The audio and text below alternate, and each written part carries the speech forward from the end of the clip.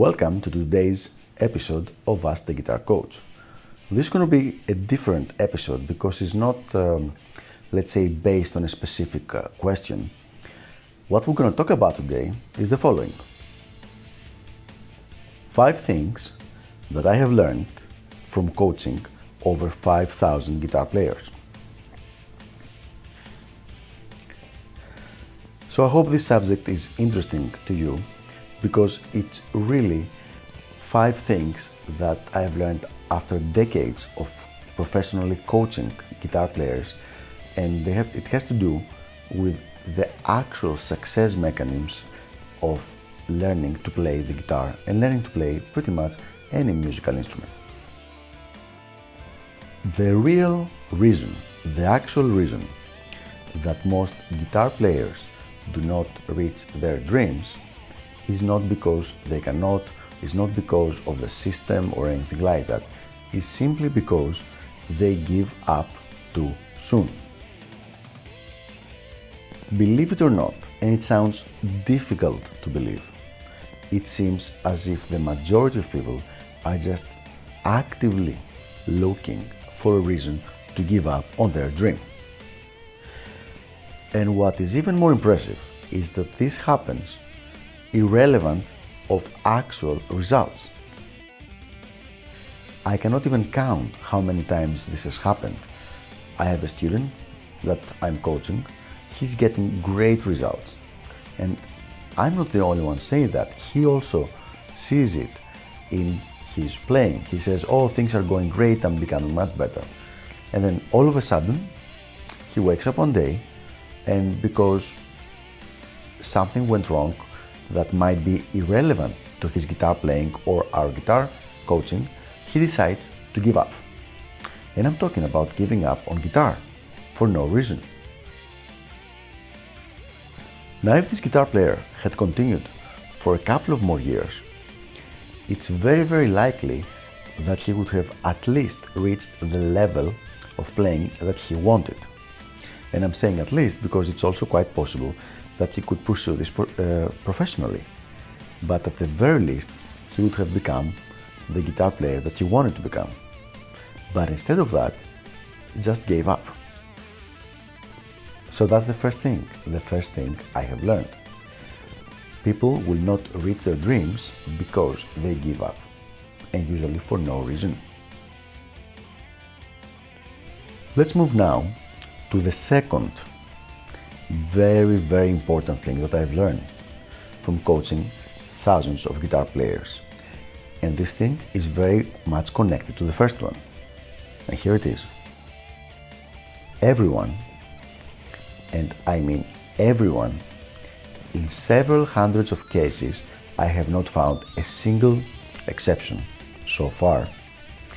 Everyone that has, for some reason, stopped playing the guitar, that for some reason quit practicing, for some reason quit trying to become a better player, everyone has regretted it.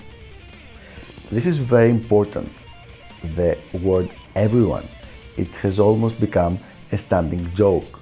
It's like I have still not found one person that has stopped playing music, has stopped playing the guitar and has not regretted it. And this has been going on for like 25 years now. So this is something very valuable to know. It is almost as if we have been bitten by a bug, the guitar bug.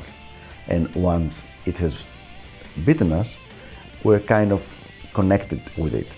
And if you don't play, if you don't practice, if you don't become better, if you're not actively going towards your goals, you will be sad and you will be upset and you will be frustrated and you will be sometimes angry, but you will definitely be regretting it.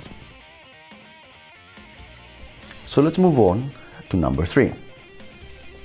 Talent. Talent is real.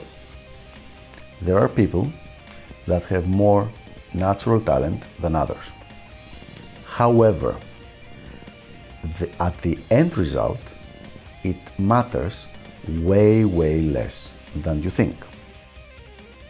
Having a good mindset about learning, being very, very consistent about your practicing, and having access to really good coaching materials and the good feedback of a trained coach matter. All these elements matter way, way more than just having some natural talent. Now, if you have those three elements, a good mindset, a good coach, and you're doing a lot of consistent practicing, plus you're talented, then there's no stopping you. You will become world-class player. However, in the vast majority of cases, this does not happen. The most talented guitar players, exactly because they get very quick results in the beginning, they don't develop either the mindset nor the consistency, and they usually don't go to get good coaching. So my advice on that, don't worry about your talent. Now let's move on to number 4. And here it is. A very small percentage of players can progress as self-taught players and reach their goals. So, is it possible? Yes, it is. Is it probable? Not really. The percentage is around 5%. For the rest 95% of us, trying to learn guitar as a self-taught player is going to be a losing proposition.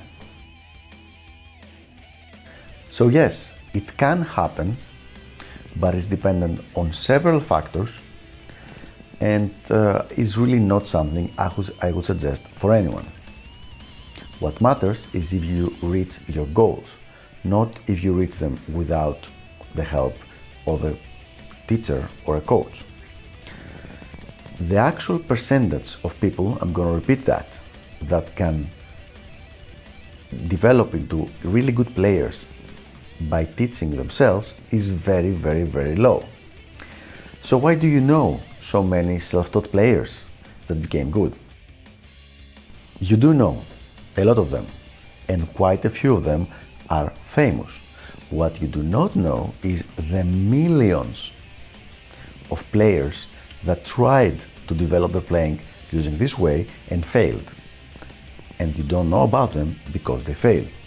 So basically, you only know the 5% or less of them that actually managed to do it. You never heard about the ones that failed to do it, and they are the 95% of the people.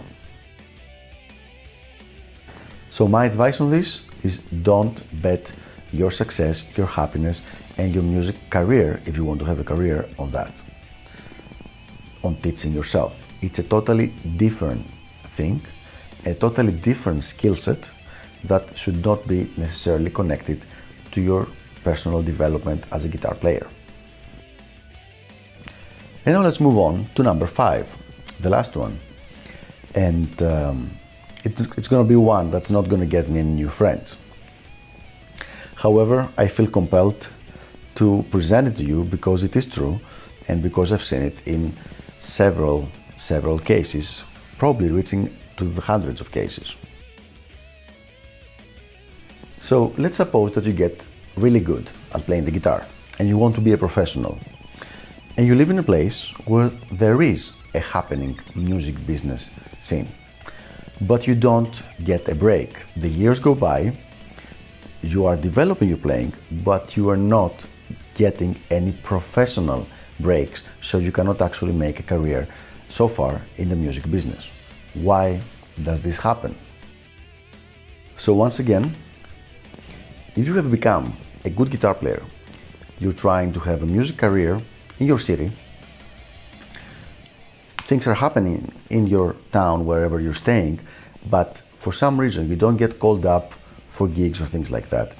Usually your problem is that people will perceive you as some kind of a jerk. There's no better way to say that. So maybe you're lacking the people skills. Maybe people will not, because you are not very social, maybe they don't feel comfortable around you. And this does not have to do with you being an amazing guitar player or anything like that. So they're not jealous of your playing and they're trying to close doors on you.